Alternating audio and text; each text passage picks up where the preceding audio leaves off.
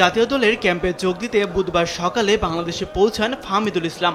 Italy থেকে দেশে পা রেখে এবার সুসংবাদ পেয়েছেন এই ফরওয়ার্ড। তাকে দলে রেখেই head coach হাভিয়ার Cabrera Asian cup বাছাই পর্বের প্রাথমিক দল ঘোষণা করেছেন। সিঙ্গাপুরের বিপক্ষে দেয়া ২৬ সদস্যের স্কোয়াডে প্রথমবার জাতীয় দলে ডাক পেয়েছেন আরেক প্রবাসী সামিদ সোম।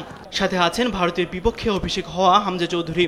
কানাডিয়ান লিগে খেলা সামিদ আগামী ৪ জুন সকালে ঢাকায় ফিরবেন। তবে ইংল্যান্ড থেকে হামজার ফেরার দিনক্ষণ এখনও নিশ্চিত হয়নি। তাদের সঙ্গে ১ বছরের বেশি সময় পর আবাহনীর ফরওয়ার্ড সুমন রেজাকে দলে রেখেছেন বাংলাদেশ কোচ হাভিয়ার কাবরেরা।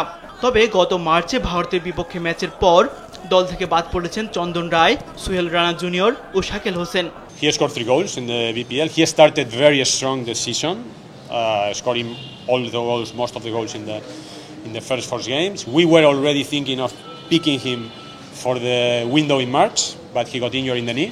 তপু বর্মন, সাদ মুরসালিন, রহমতদের নিয়ে সাজানো হয়েছে রক্ষণ ভাগ।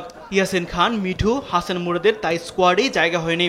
ভারত ম্যাচে ইনজুরি বিতর্ক নিয়ে মাঠে নামা হয়নি অধিনায়ক জামাল ভুঁইয়ার। তবে কাবরেরা বলেছেন সামনের 2 ম্যাচেও জামালের হাতেই থাকছে armband.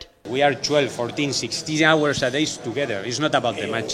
And he's a captain on and off the pitch.